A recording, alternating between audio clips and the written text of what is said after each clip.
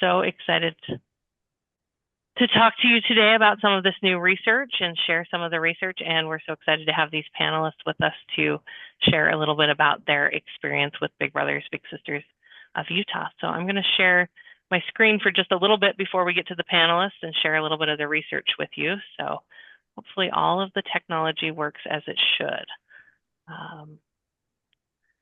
So for years, Big Brothers Big Sisters of Utah has known through our own outcome measures that and data that having a mentor helps to encourage educational achievement. It supports mental and emotional well-being. It builds life skills. It promotes positive choices. And now through this new research, we know that there's a huge economic impact that comes from mentoring as well. And we're so excited to share that research with you today and then hear from some of our team and some of our alumni about their experiences with research like this and the program as a whole. So see if I can get the technology to work there. So this research was done by Alex Bell from Harvard and Neviana Petkova from the U.S. Department of Treasury.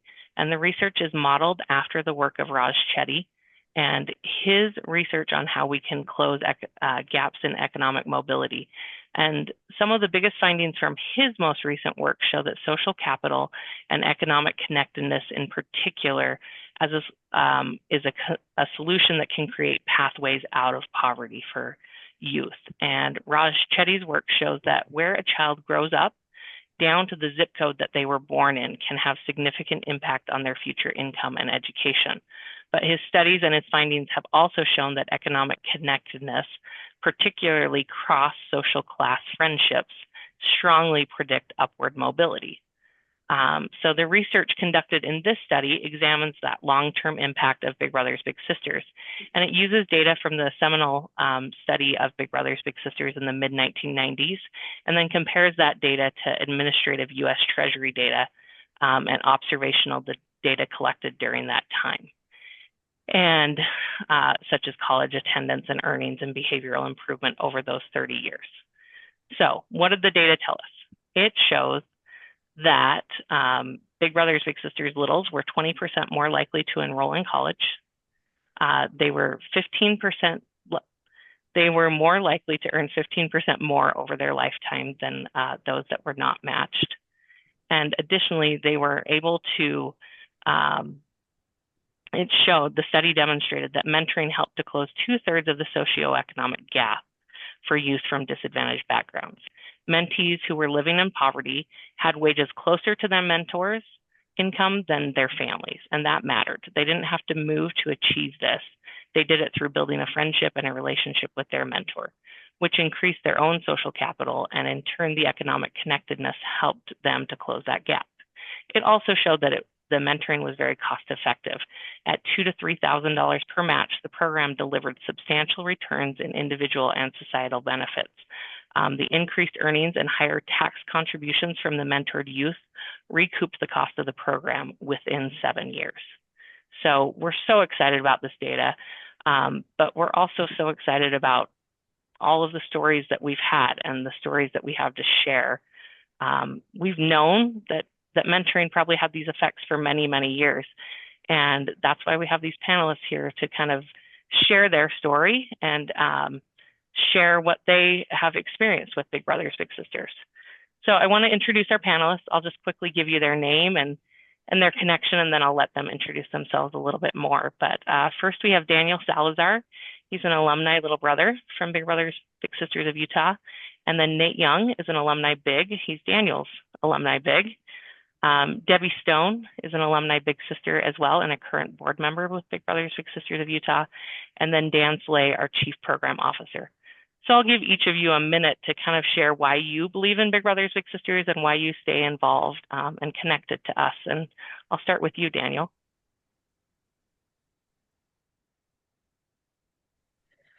Awesome. So I am just so grateful for the program. You know, I have been in it for a long time, since I was 8 years old. I started in the program and have just had an amazing experience with Nate. And, you know, I've learned so much. My life There's so many ways where my life reflects the positive impact that Nate has had on me, and now we're just good friends. We still get together, we still catch up. Yeah, I'm a husband and father, and so our families get together all the time, and it's just been a great overall experience where I've made some of the best friends. Awesome. Thanks for sharing. Nate, how about you? Tell us a little bit about your experience with Big Brothers Big Sisters. I joined Big Brothers Big Sisters because I wanted to basically be able to make an impact in individual lives. And it was a really good experience meeting Daniel and learning more about him and walking him through just experiences in life. So anything from just easy entertainment to, stuff that's more serious like college and job. Right. Debbie, how about you?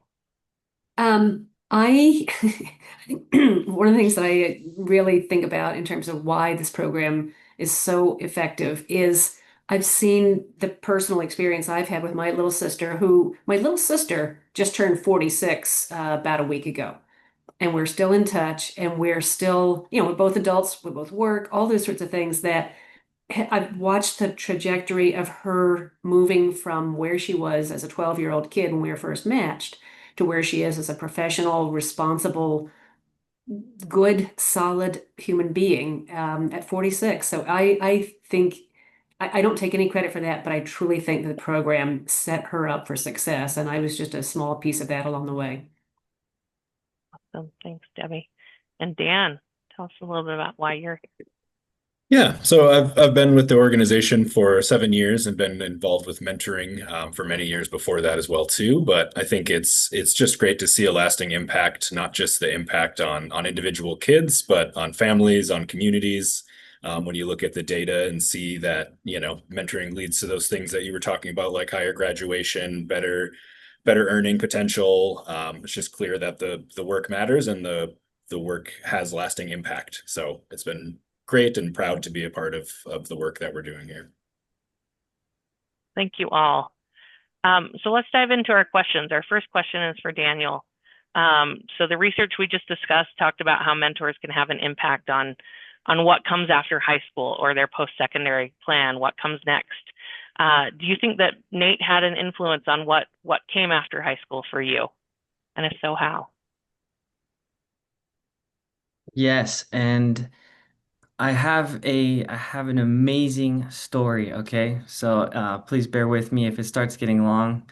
Just give me a signal or something, but it's a very profound story actually. So in the years leading up to graduating high school, Nate was always kind of mentioning the importance of, you know, studying and education, getting good grades and doing well in school. And and then also, when I was ready to start applying, I actually have a very vivid experience of sitting down with him and going through all of the applications, the processes, and just seeing what all of the universities in Utah were requiring. And I eventually got accepted to the University of Utah. So, uh, once I started and I was going through school and I got eventually to my junior year. This might be shocking, but I was deep into my major of operations and supply chain, but I ended up dropping out. And there was a really good opportunity that came about with a startup. It was a fast growing startup company. And yeah, I just got a really good position. It was a breakthrough goal of mine to get the salary that I was offered. So yeah, I dropped out, and as soon as I did that, I was just thinking, man, Nate's gonna be disappointed. I was like, I'm gonna let him down. And but no, Nate was always somebody that I could come and talk to, and I knew that I could be open, with him about that. And so, once we started talking about it, of course, this is a classic Nate. He drops a one-liner. He's always dropping these gems for me. And he drops this one-liner where he says, one of the biggest things that we get out of university and college is learning to do the things that we don't want to do, that we don't like, and building character through commitment. And I was like, wow, he's totally right. He's totally right. And so, didn't go back to school, but what I did do is I applied that to my life, to the way I conduct myself, to the jobs that I had, and actually now to the businesses that I'm a part of. So, yeah, today, like I mentioned earlier, I'm a proud husband and father. I speak 5 languages. I own a real estate portfolio in Utah. I'm a part owner of a gym in Las Vegas, and I'm also a part owner of a language school in Las Vegas.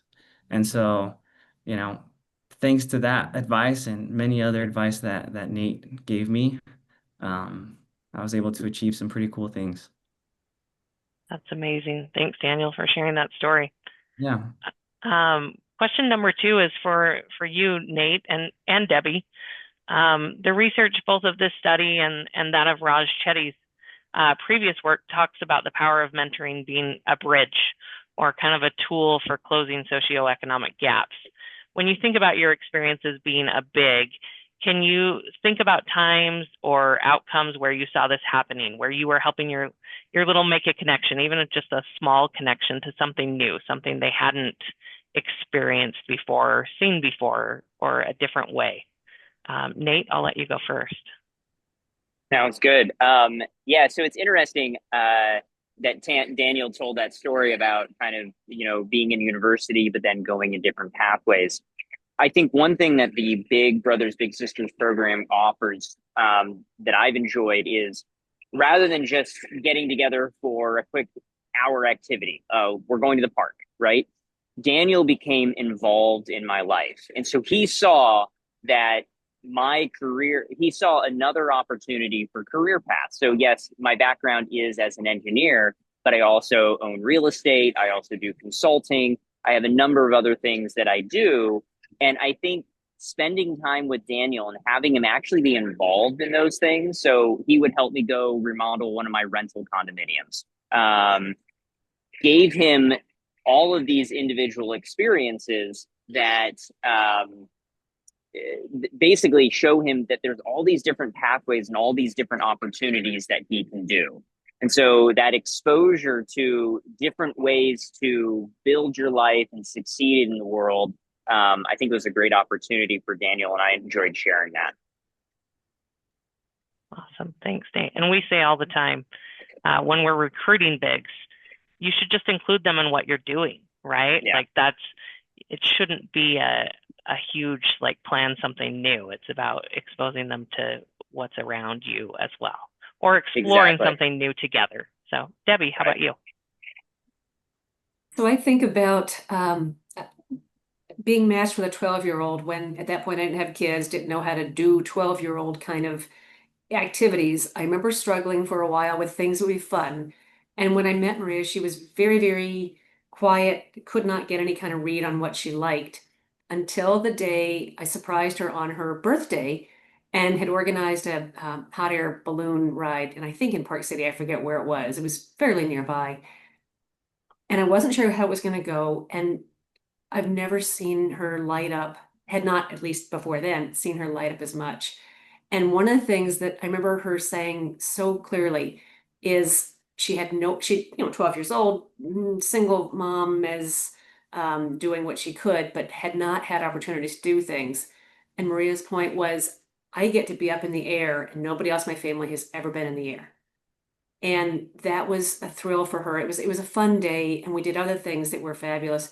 But to your point, Jill and Nate and Daniel, what I think I shared more than anything else, and what seemed to be where we connected, was I'd take her to the grocery store. I mean, her family didn't cook. It was sort of, carry out fast food kind of stuff. And my family I grew up cooking. So let's go to the grocery store, get a grocery list together, figure out what you want to buy. All those kinds of things were an eye-opener for her.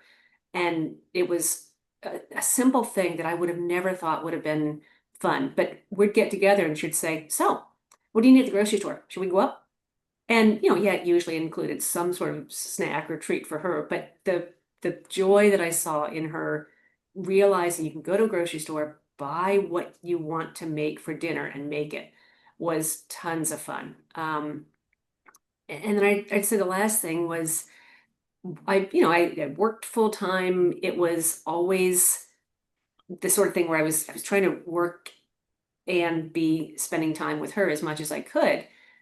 But one of the things and I didn't have a job that lent itself well to having her involved in what I was doing. But I would say something like, I've got this deadline and I've got to figure out how I'm going to meet it. And she would say, "Well, I can play with the dog for a little bit." I mean, she felt like she was contributing to what I was doing by helping with small minor things like throw the ball for our dog for 20 minutes so I could focus on something on a Saturday or something. So it was a really great mutually beneficial sort of comfort level that we found that worked for both of us, that both of us felt like we were doing something for the other. That's awesome. It's those little moments, right? Yeah, it takes little to be big. So Yeah. thanks, Debbie. Dan, question for you. At Big Brothers Big Sisters, we always say that mentoring is good, but intentional mentoring is even better. So how does Big Brothers Big Sisters intentionally foster the idea of building social capital in, kind of our matching process or the ongoing support of our matches? Yeah, so we've always known that mentoring is powerful, but that intentional mentoring is what really changes lives. And so we try to build that intentionality into every step of what we do. First off, that starts with the matching process. We don't just pair people based on availability. We take time to really understand the youth, their interests, their goals, what kind of support they need. And we do the same with our volunteer mentors as well, so that when we make a match, it's thoughtful, it's designed to set both people up for success. And then right from the beginning, we create what we call a youth outcome development plan, or YODP. That's where we sit down with the youth, their family, to identify really what's most important for them, whether that's building confidence, improving school engagement, or expanding their network. That plan then becomes the roadmap for the match and for the match and what they're going to be doing going forward when they meet. And we don't just leave them on their own after that as well. Every match has, individualized support from a match support specialist, someone who checks in regularly, offers coaching, provides resources. That ongoing support really keeps the relationship strong and ensures that the youth's goals stay at the front and center of the match and the work that they're doing. On top of all of that, we give mentors access to tools, curriculum, things that cover areas like goal setting, career exploration, life skills, resources that can help mentors create experiences that really open doors and build social capital for their little that they're matched with. So really kind of all in all, we don't leave mentoring to chance. Through intentional matching, goal setting with those YODPs, personalized support, structured resources, we help young people build the relationships and skills that can lead to that long-term success. Thanks, Dan. Another question for you, Daniel. Tell me about a time or a moment you remember where Nate maybe helped you access or experience something new that you hadn't ever experienced before. Yeah, definitely. So just bouncing off of what Dan mentioned about matching, uh, or coming up with matches, the program did an amazing job because sports and staying active was like so important to me and such a big part of my life before we met. And turns out Nate is an adrenaline junkie himself. So we had some crazy adventures in the outdoors, up in the mountains. We were skiing, mountain biking, climbing, hiking, backpacking, just doing all this crazy stuff. And so that was really fun. But I also want to speak to the kind of the network side, where Nate would oftentimes invite some of his friends and they would join us for some of these adventures and uh and yeah, it was just so cool to see, the people that he surrounded himself with, right? They were just well-grounded, just genuine, genuine people, and also, very successful in their careers. And so, it was just like kind of an eye-opening experience for me, like, wow, it's powerful to intentionally surround yourself with good people, and that's what I do to this day. Yeah. Awesome. Thanks, Daniel. Yeah. For Debbie and Nate, looking back, what were some of the biggest changes you either saw in your little or in yourself, maybe through the mentoring? And we'll start with you, Debbie, this time.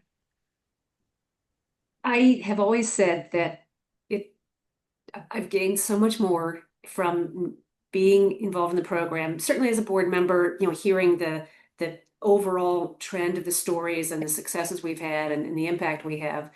And also on my personal level, really, I felt like I've been important in somebody's life and their development is really important.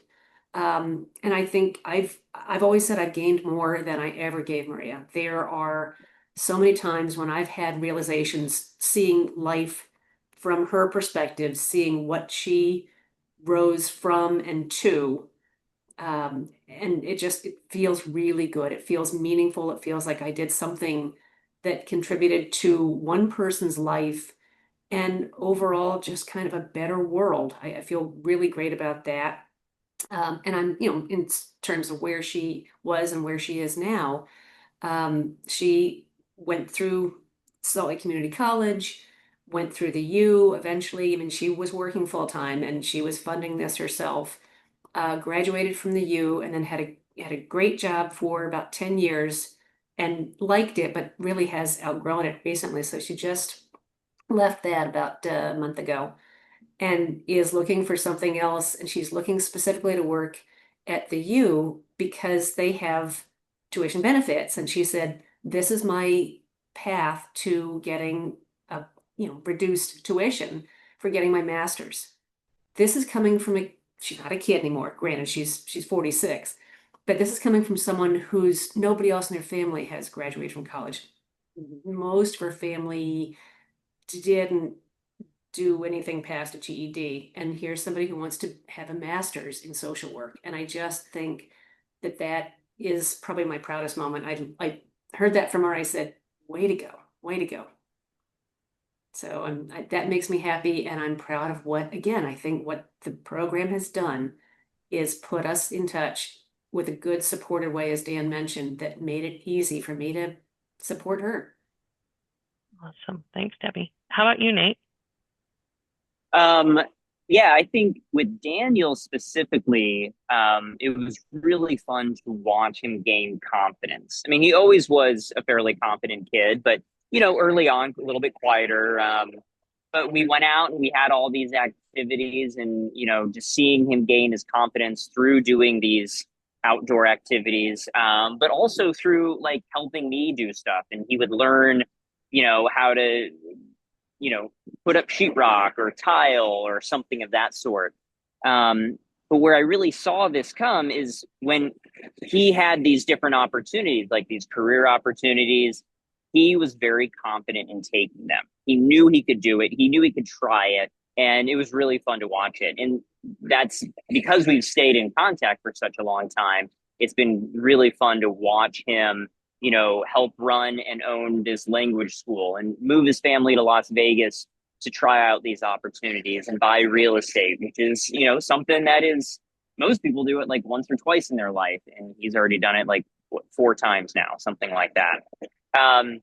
In terms of me learning, I want to echo what Debbie said, which is, I think it's with my second match, Jaden. Daniel had a very supportive mom, and when he needed, an additional parent figure in that role, but he had a very supportive mom. My other little Jaden did not, and it was a really eye-opening experience to see just how difficult it is for, a 12, 13, 14-year-old kid who's going through all the other difficult things associated with, being a preteen and a teenager. But then on top of that, your parents aren't supportive, you're moving from house to house, you don't really know where you're going to be next. And so seeing that is just really eye-opening about how important a mentoring program or any other program that helps support kids as they're going through difficult family times. So whatever we can do to be there, to be supportive, even if it's just listening to him.